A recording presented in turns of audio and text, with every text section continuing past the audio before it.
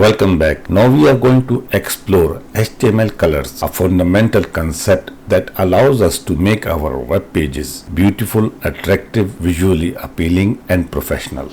Let's start by creating a new file, HTML file in our HTML Learn folder. For that purpose, open your VSCode. Our HTML Learn folder is already open. In this folder, we are going to create a new file with the name colors.html. Enter and our new page is open. The first step in any HTML document, we create boilerplate code. For that, we hit sign of exclamation and enter. Our boilerplate code is open. You can see in HTML Learn folder, I have already copied a picture bgpic.png. We will use it later. I will add two paragraphs in this file. In the body tag, I have already typed and copied. Every paragraph starts with the P tag and ends with the P tag. First paragraph is about the importance of HTML in digital marketing, and second paragraph is about the benefit of learning at step 0 for you. Now we have two paragraphs added to our HTML file. Let's start working on their background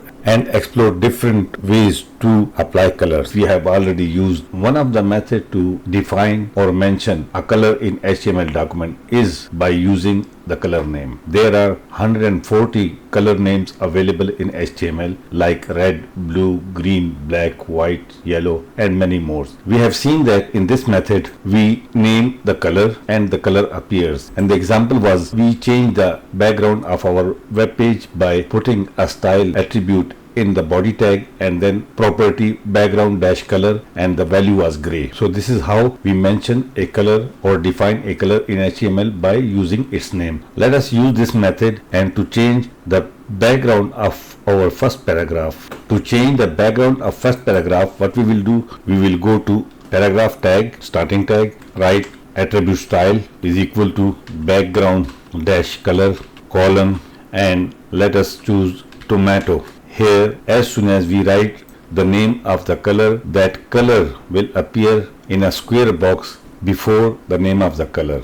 We will discuss this square box, but for the time being, let us save this by pressing Ctrl S and reload it.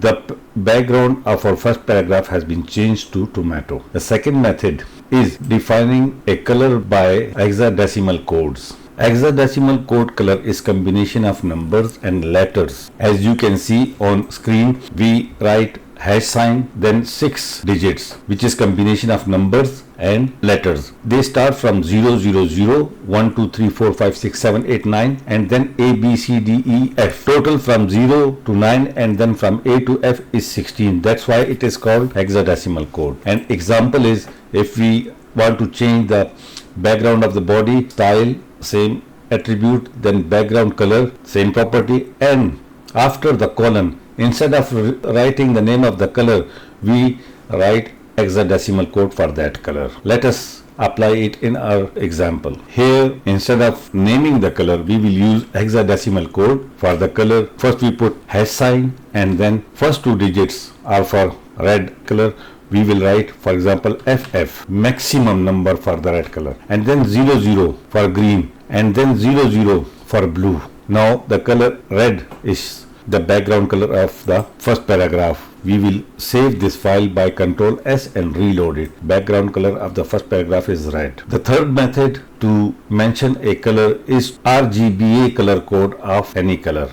The syntax is we write RGB, then for the red we write a number which starts from 0 and up to 255. Similarly, after comma we will put number for green which starts again from 0 and goes to up to 255, and then for the blue. Let us use this method to mention the colors. Here, instead of using hexadecimal, we will now use RGB method. RGB, red, green, blue, and within the parentheses we will write a number for red number. For example, we write 0 for red, maximum number for green which is 255, and 150 for blue.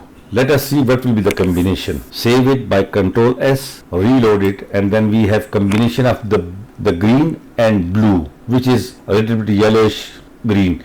If we increase this number as well for blue and make it maximum, save it, and this is the combination of green and blue color is aqua color. So if we use the code in RGB or in hexadecimal number, the shade of the color will be changed. Then the next method is RGBA style. RGBA. In RGB we have 3 factors, in RGBA we have 4 factors. This means first number red, comma, second number is for green, comma, third number is for blue, comma, and last number starts with the 0 but ends 1, like 0.1, 0.2, 0.3, 4, 5, 6, 9, and then 1. Fourth factor, which is called alpha. Now we will apply this method to change the background color of our second paragraph. In the second paragraph we will add attribute style is equal to background dash color colon RGBA, and within the bracket we will write